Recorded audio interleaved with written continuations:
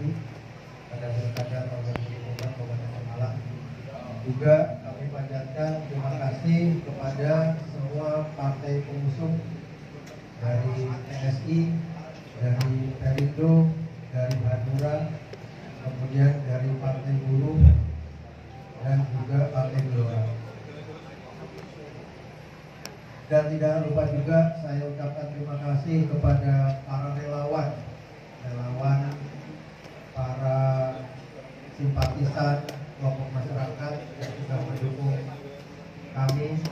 Insya Allah kami pada malam ini mendaftar dan bisa maju di pilkada. Untuk selanjutnya kami optimis bisa memenuhi harapan masyarakat sebagai pemenang.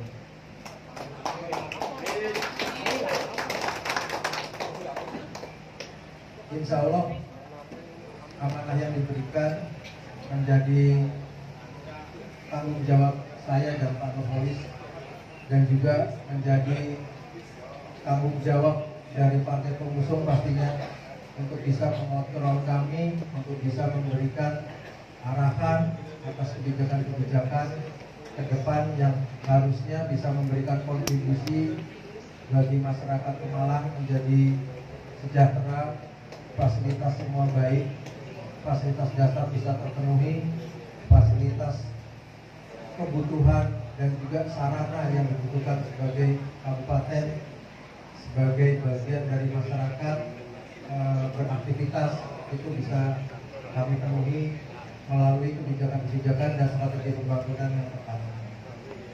Harapan kami ini menjadi awal mula pendaftaran ini untuk menjadi Pemalang yang hebat, Pemalang yang seharusnya tidak menjadi yang termiskin di kabupaten yang di antara kabupaten yang lain di Provinsi Jawa Tengah. Optimisme kami, saya dan juga Pak Nurholis dan juga para relawan ini bisa kami penuhi dalam perjuangan kepemimpinan setelah menang pada 5 tahun ke depan. Banyak hal yang kita harus perhatikan, dari mulai utara sampai dengan selatan, dari puncak gunung sampai dengan ke tepi laut. Masyarakat begitu banyak berharap Pemalang bisa menjadi kabupaten yang baik, sejajar dengan kabupaten yang lain yang sudah ada di Jawa Tengah. Belajar dari mereka semua, kalau mereka bisa, kalau mereka mampu, mengapa kita tidak? Saya pikir ini dengan semangat kebersamaan kita memerlukan manajemen yang baru, leadership terutama, dan kita semua bagian dari komponen-komponen pembangunan. Kita sebagai subjek dan juga objek dari pembangunan itu sendiri. Kritikan masyarakat terhadap prasarana jalan, sampah, saya pikir kita sudah mempunyai solusinya untuk bisa kita atasi, karena kembali lagi, kalau daerah lain, kabupaten lain, kenapa kita tidak bisa? Artinya kita memerlukan sebuah manajemen baru tadi, leadership dan juga strategi yang tepat. Saya pikir itu. Dan kalau kita implementasikan, sebenarnya kebersamaan kita semua ini sebagai komponen masyarakat Kabupaten Pemalang menjadi syarat dasar dan suksesnya pencapaian pembangunan Kabupaten Pemalang. Kita tidak boleh terkotak-kotak, kita harus selalu bersama, kita harus semangat menjadi sebuah kesatuan untuk kemajuan Kabupaten Pemalang. Kontestasi pilkada bukanlah kontestasi yang berkepanjangan sepanjang 5 tahun. Ini kontestasi yang hanya sepenggal waktu untuk memberikan arah pembangunan yang lebih baik, lebih tepat bagi Kabupaten Pemalang.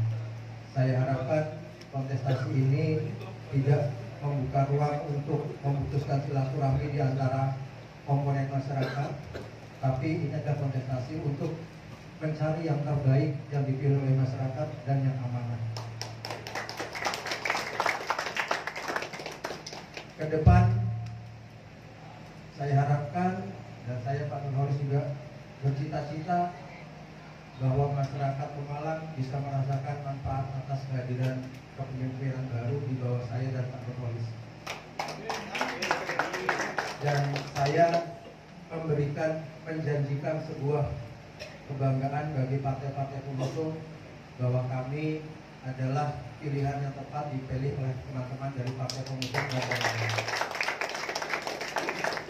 Saya berterima kasih kepada semua relawan karena spontanitas dan juga simpati mereka sepertinya sebuah keajaiban, sebuah ketulusan hati yang memang tidak didasari apa-apa, tapi berharap bahwa Pemalang ke depan harus baik. Kembali saya katakan harus baik. Semua itu ada cita-cita kita semua. Dan insya Allah saya dan Pak Nurholis bisa mengawal itu semua melalui strategi-strategi pembangunan dan juga melalui program-program. Dan saya harapkan Bapak Ibu semua bisa melakukan kontrol dan monitor terhadap kami sehingga kami bisa pada jalur yang tetap aman. Di pembangunan-pembangunan yang sudah berjalan selama ini, saya masih melihat sebagai contoh pemanfaatan sumber daya air. Di selatan Malang air begitu melimpah, tapi tidak ada penanganan yang tepat. Ke depan saya dan Pak Nurholis sudah diskusi sedikit banyak mengenai pembangunan tuk, kemudian waduk, dan insya Allah bisa menjadi bendungan. Ini untuk menjaga kelestarian dari sumber daya air itu sendiri, menjadi sumber bagi petani, bagi masyarakat, menjadi sarana wisata bagi pedesaan, dan menjamin ketersediaan air bagi kita di masyarakat perkotaan, sehingga tidak ada kondisi di mana pada saat hujan kita banjir, tetapi pada saat kering kita kesulitan air. Pada saat hujan di kota banjir karena dorongan air dari atas, sementara pada saat musim kering kita semua dari atas sampai bawah kekeringan. Ini salah satu contoh pembangunan yang harus kita kembangkan ke depan karena multipliernya sangat-sangat bermanfaat di semua lapisan masyarakat dari gunungan sampai tingkat perkotaan. Kemudian dari sisi pengembangan SDM, saya berharap Pemalang, anak-anak mudanya ke depan, bahkan anak-anak sekolah saat ini bisa menjadi bagian generasi Emas Indonesia 2045. Artinya kami konsentrasi kepada masalah kesehatan dan juga pada pengembangan fisik olahraga dari anak-anak muda di Kabupaten Pemalang. Yang lain tentunya kondisi masyarakat, sosial kemasyarakatan yang tidak mudah bagi Pemalang untuk mengatasinya. Kondisi-kondisi bahwa prasarana rusak, kemudian teman-teman di sekolah masih banyak terlalu permasalahan penyediaan fasilitas dari mulai buku, seragam, dan lain-lain. Ini yang kita harapkan menjadi bagian yang harusnya sudah tidak menjadi masalah ke depan. Karena pendidikan adalah hak setiap dari warga negara. Kalau kita tidak bisa menyediakan itu, bagaimana warga Pemalang akan menjadi bagian dari generasi emas Indonesia tahun 2045. Kemudian yang lain lagi adalah terkait UMKM dan ekonomi kreatif. Sudah seharusnya UMKM dan ekonomi kreatif bukan lagi menjadi diskusi, tapi sudah menjadi tataran untuk bisa diimplementasikan di semua kehidupan masyarakat.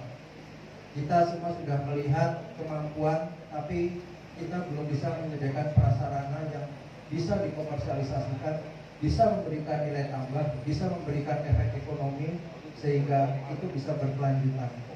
Saya pikir peran pemerintah bersama legislatif untuk memberikan regulasi yang pas sangat kita butuhkan, sehingga pelaku-pelaku ekonomi semua bisa mendapatkan akses, bisa mendapatkan sarana yang bisa memberikan nilai komersial, dan mereka bisa sustainability-nya bisa terjaga, going concern-nya bisa terus berlanjut, sehingga tidak hanya bagi segelintir orang yang mempunyai modal, tapi bagi kita semua punya akses ke sana untuk melakukan usaha, walaupun skala itu adalah skala yang katakanlah mikro, tetapi pemerintah bertanggung jawab dalam hal ini menyediakan ruang untuk mereka berkembang dan going concern berkelanjutan dalam jangka panjang.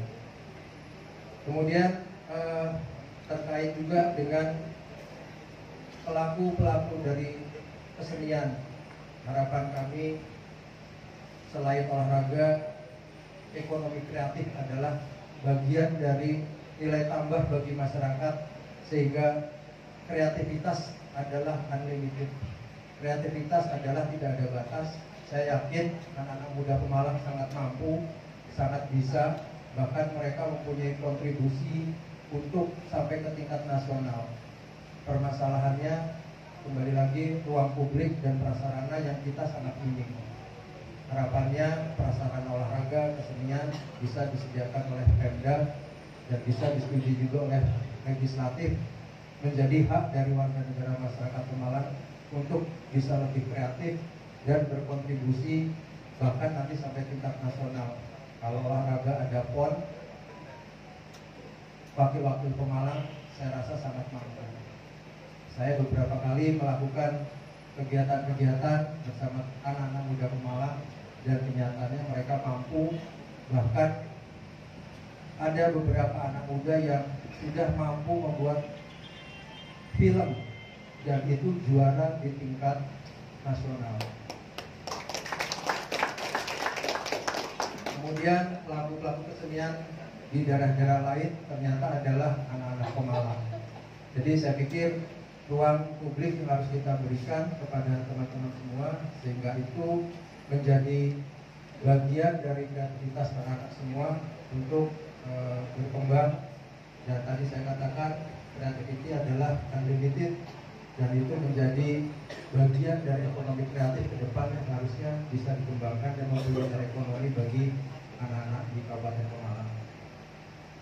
Satu hal lagi mungkin yang perlu saya sampaikan adalah saya bersama Pak Nurholis punya tagline Anur, buah tagline yang bermakna cahaya. Insya Allah ini menjadi cahaya bagi Kabupaten Pemalang semua. Cahaya tidak hanya untuk satu arah. Cahaya adalah untuk semua arah. Cahaya tidak seperti kecepatan, artinya dia tidak menjurus kepada satu titik. Cahaya begitu kita nyalakan lampu ke semua arah. Harapan kami Anur adalah menjadi cahaya bagi Kabupaten Pemalang, masyarakat Pemalang. Amin. Mungkin dari saya cukup itu. Saya kembali lagi berharap dukungan dari masyarakat Kabupaten Pemalang untuk kontestasi di Pilkada 2024. Kami bisa diberikan amanah untuk menjadikan Pemalang ini sebuah kabupaten yang setara dengan kabupaten lain, bahkan lebih maju. Karena kalau kita lihat kabupaten-kabupaten lain sangat-sangat bisa, kenapa kita tidak? Saya sudah juga melakukan komunikasi dan ternyata diaspora Pemalang di luar Kabupaten Pemalang, di luar Jawa Tengah itu luar biasa. Kami akan memanfaatkan potensi-potensi dari diaspora yang nyatanya adalah anak Pemalang, yang nyatanya adalah mencintai Pemalang. Mereka ingin berkiprah untuk Pemalang, tapi kembali lagi tidak mempunyai ruang untuk seperti itu. Diaspora adalah kekuatan kita semua juga. Mereka sebenarnya adalah komponen dari masyarakat kita, hanya domisilinya mungkin tidak di Pemalang. Kalau kita lihat Pemalang ini semua mengatakan PAD-nya rendah, tapi kenapa PAD rendah? Kita harus spending di luar Pemalang. Karena kalau kita lihat perputaran uang banyak masuk ke Pemalang, tapi sumber uangnya ternyata bukan dari Pemalang, tapi dari daerah kabupaten atau dari diaspora yang mereka sudah tidak hidup di Pemalang. Harapan kami sumber-sumber dari perputaran uang itu bisa kita tingkatkan lebih banyak, sehingga velocity dari uang itu bisa beredar di Pemalang dan memberikan multiplier bagi masyarakat untuk lebih mensejahterakan masyarakat kita di Kabupaten Pemalang, sehingga UMKM bisa tumbuh, kemudian juga ekonomi mikro juga bisa tumbuh, dan juga kita bisa lebih sejahtera ke depannya. Mungkin dari saya itu, dan saya juga mohon doa dari semua stakeholder tadi yang saya sampaikan, para teman-teman diaspora Pemalang yang tidak tinggal di Pemalang tapi rasa memilikinya Pemalang sangat tinggi. Kami mohon dukungan dari para diaspora di luar Pemalang dan tentunya masyarakat Pemalang yang domisili di kabupaten untuk bisa memberikan dukungan di Pilkada Kabupaten Malang 27 November 2024 kepada pasangan Anur, Anom dan Nurholis. Terima kasih. Wassalamualaikum warahmatullahi wabarakatuh. Pak Nur, terima kasih. Yang tadi KPU, Bapak dan partai semuanya. Langsung saja saya akan sedikit menambahkan bahwa ternyata saya memutuskan untuk menjadi wakil Pak Anom itu saya rasa sudah tepat, karena paparan tadi sudah menjelaskan kapasitas leadership dan kemampuan dari Pak Anom. Jadi kami berdua ingin menghadirkan sebagai calon yang mempunyai visi misi yang jelas, program yang jelas untuk kemajuan Pemalang, menjadi Pemalang baru, perubahan baru, pemikiran baru pada kemajuan Pemalang yang lebih bersinar. Jadi cahaya tadi itu menyinari semua.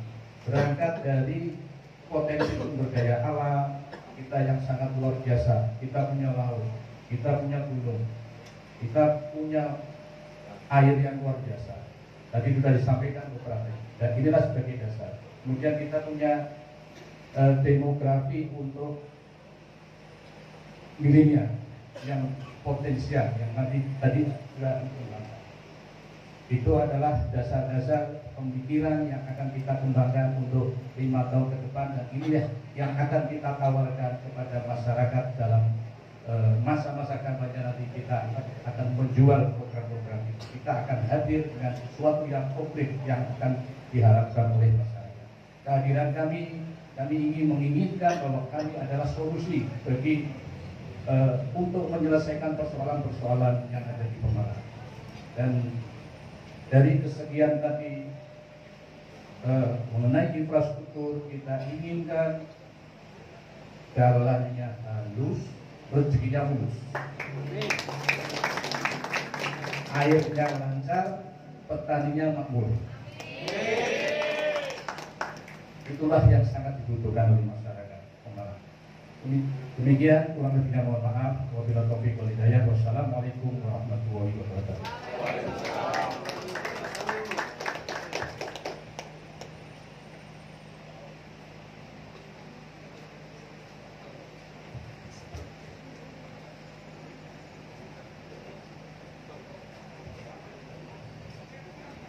Penyerahan cindera mata dari Ketua KPU Kabupaten Pemalang kepada bakal pasangan calon bupati dan wakil bupati Pemalang. Mohon berkenan kepada bakal pasangan calon bupati dan wakil bupati Pemalang dan Ketua KPU Kabupaten Pemalang untuk menempatkan diri.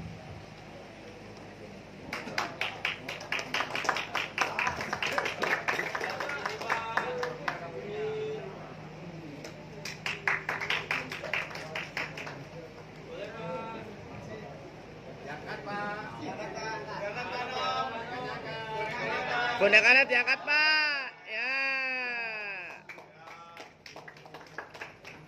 Oke, siap Pak Tersun. Dan ketahanan pangan, karena kan Pemalang termasuk salah satu lumbung pangan cadang, tapi masih banyak hasil panen yang keluar. Yang keempat, pengelolaan wisata dan infrastruktur wisata yang masih kurang dan SDM wisata yang tidak mumpuni. Itu saja. terima kasih. Sekali pertanyaan satu-satu.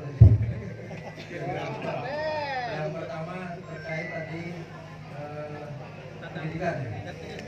Oh, RTP, tata ruang kota ya. Kalau kita lihat ini memang tata ruang kita harus kita benahi ya. Mungkin kita harus bersama-sama, tidak bisa sendiri, tapi kita mulai dari tingkat kelurahan. Kita akan lakukan lomba antar desa. Ya, jadi ini sederhana, tapi itu akan mempercantik kota kita. Dan kami akan membuat lomba itu secara reguler, setiap bulan, setiap 3 bulan, setiap tahun, sehingga masing-masing kelurahan berlomba untuk mempercantik kelurahannya masing-masing dan menjadi juara. Kota sih Pak, wajah kota. Ya, kalau wajah kota kita tahu prasarana juga kita masih sangat buruk, terutama lagi adalah kesadaran masyarakat untuk bersih menjaga lingkungannya. Ini memerlukan treatment khusus. Saya dan Pak Nurholis sudah punya treatment yang nanti akan kita sampaikan lebih detail, tidak di forum ini, karena ini mencakup teknis, ya teknis. Tapi tadi saya katakan di daerah lain bisa, kenapa kita tidak bisa? Berarti kalau tidak bisa, harus ada leadership yang kuat untuk mengajak masyarakat untuk bersama-sama membangun tata ruang yang lebih baik, kesehatan, kebersihan, dan juga tata tertib masyarakat. Itu. Soal pendidikan, tadi saya sampaikan pendidikan adalah hak dari setiap warga masyarakat, warga negara kita. Jadi pendidikan yang menjadi isu dasar harusnya tidak lagi muncul. Masyarakat bisa melakukan kegiatan sekolah dengan baik, tidak perlu ada isu-isu masalah buku dan lain-lain yang mestinya itu adalah tanggung jawab dari pemerintah sesuai amanat undang-undang. Kira-kira itu. Yang ketiga pertanian, Pak. Pertanian tadi saya sampaikan sumber daya air. Kita menjadi lumbung pangan, tapi kita tidak memaintain sumber daya air yang kita miliki, mulai dari sumber mata airnya, kemudian embungnya, kemudian bendungannya, kemudian sampai waduknya. Ini harapannya kita bisa bekerja sama dengan pemerintah pusat sehingga Pemalang punya bendungan, sehingga kita mempunyai kepastian suplai dari air dan juga bisa menjadi sarana wisata dan juga menjadi sarana dari masyarakat terhadap ketahanan pangan tadi. Pasokan pupuk, kita tahu bahwa kita punya BUMN yang bergerak di bidang pupuk. Mestinya ini kita bisa lakukan untuk para petani yang ada di Pemalang. Jadi produksi dari pupuk memang tidak atau belum mencukupi untuk kapasitas nasional.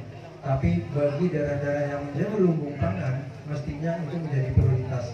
Kalau kita minta fasilitas pupuk tapi kita tidak mempunyai produksi yang mumpuni atau produksi yang optimal, otomatis suplai pupuk ke daerah tersebut juga akan dibatasi. Dan kembali saya katakan sumber daya air yang paling utama, karena sumber mata air perlu kita jaga, perlu kita lestarikan, dan perlu kita manfaatkan untuk pertanian. Pak, bertanya Pak, revitalisasi ini Pak, kaitan pertanian juga akan revitalisasi irigasi nggak sih Pak nantinya? Ya, pastinya, karena irigasi adalah saluran dari mulai yang sekunder sampai dengan tersier. Ini mutlak, karena itu yang sampai kepada sumber-sumber dari produksi pertanian itu sendiri. Tadi apa yang terkait dengan pengelolaan wisata? Pengelolaan wisata, kembali saya katakan, kalau kita tidak menjadi destinasi dari masyarakat, kita akan hidup tidak mau, mati segan. Nah, ini yang harus kita berikan concernnya kepada masyarakat untuk melakukan spending yang cukup. Artinya kalau kita tidak menjadi destinasi wisata bagi daerah lain, minimal teman-teman semua, warga semua tidak melakukan atau bisa menjaga dari wisata, wahana wisata yang ada di Kabupaten Pemalang. Untuk peningkatan SDM wisatanya Pak? Peningkatan SDM wisata sebenarnya di Pemalang sudah ada. Kalau kita lihat bahkan teman-teman semua di sini ada yang penggiat wisata ya, penggiat wisata. Tapi banyak teman-teman yang lulusan dari sekolah wisata Pemalang tapi bekerjanya di luar. Jadi saya pikir sekolah wisata kita ada, cuman wahana untuk pengembangan wisatanya yang kita tidak punya. Nanya Pak, ini masyarakat terus para wartawan juga nanya nih, Prof Sanom itu apa sih? Pekerjaannya apa bisnis, apa pengusaha? Monggo disampaikan Pak. Saya Profil Pak. Profil saya profil Pak Nur. Dua-duanya Bapak.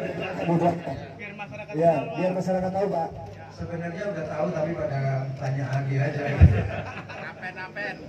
Jadi kalau saya memang di sini saya mengelola sedikit usaha ya. Ada beberapa usaha yang salah satunya di travel juga, kemudian di warung kopi lah sekarang. Tapi sehari-hari saya bekerja di sebuah badan usaha milik negara. Kemudian kebetulan saya menjadi pengurus di sana, dan dalam rangka kontestasi ini saya diprofiling untuk bisa membawa Pemalang dan saya berkorban untuk mewujudkan itu. Mantap. Wakilnya Pak, saya wakil Pak, calon wakilnya Pak. Pak Nurholis, semua Pak Nurholis.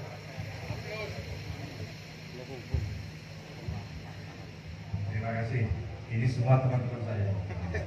Karena saya pernah jadi Kabak Humas, jadi ngerti sekali ya pertanyaan saya. Pura-pura tanya. Terima kasih. Jadi yang ditanyakan tentang saya jelas dengan Pak Among ini sebenarnya kami hidup itu sudah benar. Artinya kami sudah tidak membutuhkan kebutuhan apapun karena uang sudah cukup ya Pak ya. Mantap. Jadi kami hanya ingin memberikan warna baru buat Pemalang dengan pemikiran-pemikiran, terobosan-terobosan kami yang mungkin tidak bisa kami detailkan di sini. Nanti akan kami jabarkan di misi-misi. Jadi saya sekaligus pekerjaan saya sekarang itu wira swasta tadi, di KTP-nya wira swasta. Ya, kalau dulu PNS, nah, sekarang wira swasta, dan wira swasta yang lagi saya senang gelutin itu wisata kebetulan, wisata ya. Jadi tadi ditanyakan bagaimana wisata, setelah saya pelajari ternyata wisata itu sebenarnya gampang. Di Pemalang ini kok nggak bisa berkembang, pertanyaan gitu. Jadi nanti kita akan jabarkan di misi-misi, tapi yang jelas potensi wisata 5 tahun ke depan saya pastikan akan menjadi destinasi tidak kalah dengan Guci.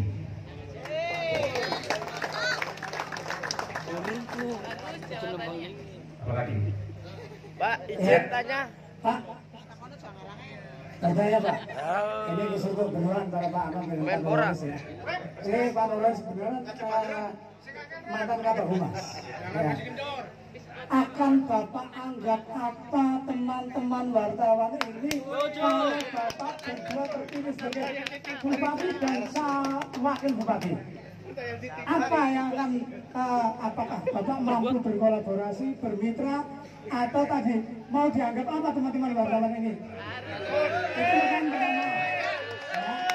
Yang kedua, kalau misalnya ya di dinas, entah di lembaga mana di Malang, ada yang mempersulit wartawan, ada yang menghalang-halangi kerja wartawan. Katanya wartawan media merupakan pilar keempat, tapi sering disia-siakan. Lalu apa yang akan Bapak lakukan? Pecat kepala dinasnya. Ayo, kita saksikan buktikan. Pecat kepala dinasnya.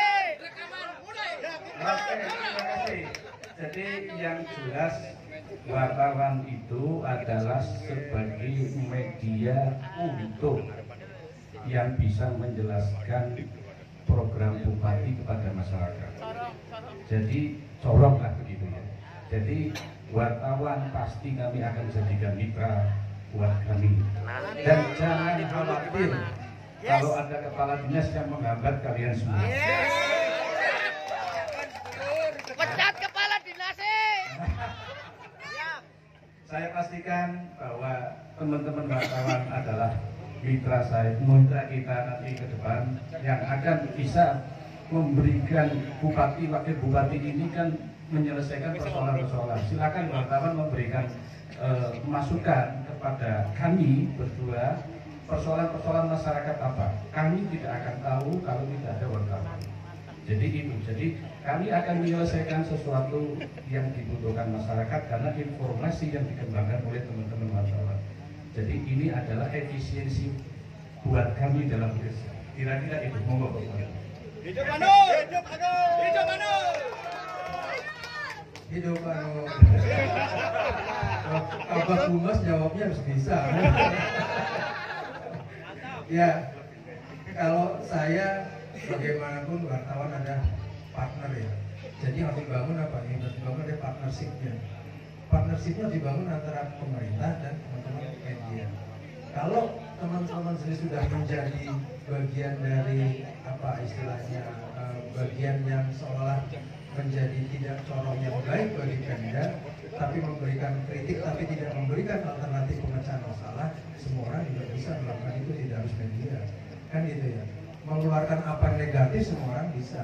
Yang susah itu kan memberikan saran-saran yang konstruktif dan itu bisa dieksekusi oleh kita.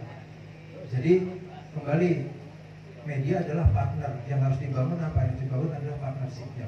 Semua kita ya, kita semua punya niat baik membawa Pemalang. Kalau teman-teman semua juga punya niat baik, partnershipnya yang dikedepankan. Jadi bukan sebuah pertentangannya yang dikedepankan, solusinya kira-kira itu. Kebetulan saya pernah kuliah di publisistik. Saya punya banyak teman-teman wartawan. Di HP saya ikut grup teman-teman yang sekarang jadi wartawan. Saya paham mereka tiap hari menulis seperti apa. Tapi saya baca tulisannya sangat konstruktif, sangat ilmiah, punya solusi. Bahkan kalau Indonesia menang atau kalah, mereka menulisnya konstruktif, tidak mengkritik kekalahannya, tapi penyebab kekalahannya apa. Indonesia punya naturalisasi, mereka mengkritik naturalisasinya, tapi punya alternatif apa selain naturalisasi. Nah, kira-kira itu. Jadi ya, saya kira yang dibangun adalah partnershipnya ya Pak ya. Kalau saya pikir itu. Mungkin itu tadi terkait satu lagi masalah kampus atau sekolah ya. Pendidikan. Ya, kalau kita punya PTN negeri, saya yakin perputaran uang di Pemalang akan banyak. Yang jadi permasalahan membangun PTN negeri tidak mudah membalikan telapak tangan. Kita mulai dengan istilahnya kelas jauh.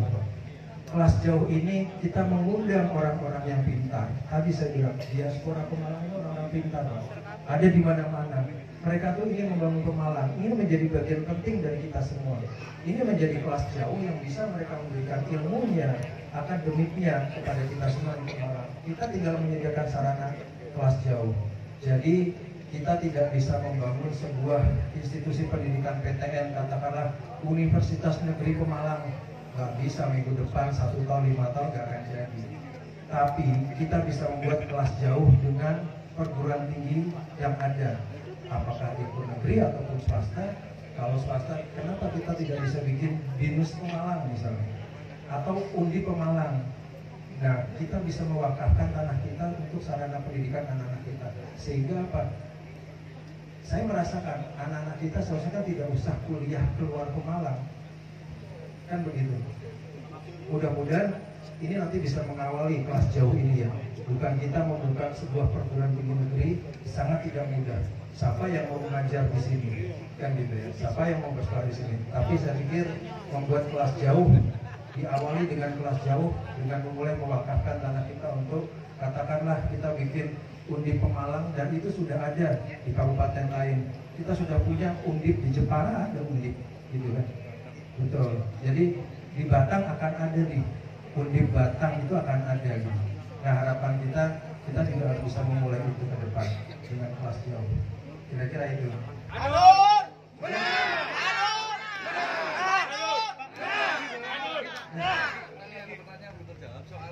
Soal Pemalang kan hasil beras ini Pak. Tapi sementara ini beras kita tuh keluar terus Pak. Apa yang akan dilakukan oleh Pak Anom dan Pak Nur ke depan ketika terpilih menjadi Bupati dan Wakil Bupati Pemalang? Karena ini akan berdampak dengan petani kita. Pas baca pangannya makanan pangan. Ya, kalau tadi dikatakan kita sebagai lumbung pangan, harusnya kita juga bisa memainkan kebutuhan pangan kita, kan kira-kira gitu. Berarti ada sebuah pengendalian, bukan pengendalian, tapi teknologi pasca panen. Teknologi pasca panen ini dan juga termasuk di dalamnya adalah pergudangannya, gitu ya. Jadi istilahnya teman-teman ini atau pelaku-pelaku ini tidak hanya diberikan pengepul terus kemudian dibawa keluar kota, kan kira-kira gitu ya. Nah, ini yang harus dibuat storage-nya, dan itu saya rasa bisa dilakukan oleh BUMD kita, sehingga penanggulangan atau pengendalian pasca panennya itu bisa dilakukan di Pemalang, dan kita yang menjadikan dari para pembeli atau tengkulak untuk beli di Kabupaten Pemalang. Seperti ini. Pak, artinya mau ini kan mati ya Pak, ibaratnya mati apa ya, mati suri lah Pak ini SR gitu. Malah berarti Anur ini akan mengaktifkan SR diwajibkan operasi gudang ini. Ya, itu bisa dilakukan. Jadi resi gudang ini bagian dari mengawali. Kemarin saya juga sudah diminta resi gudang malah permintaannya malah untuk negara Timor Leste resi gudang. Jadi pemerintah di sana bisa memberikan resi gudang untuk kebutuhan pangan di negaranya. Jadi saya rasa kalau itu bisa dilakukan di sini, itu menjadi awal yang harus kita lakukan di masalah pengendalian pasca panennya tadi. Seperti itu. Oke Pak, terima kasih. Terima kasih Bapak.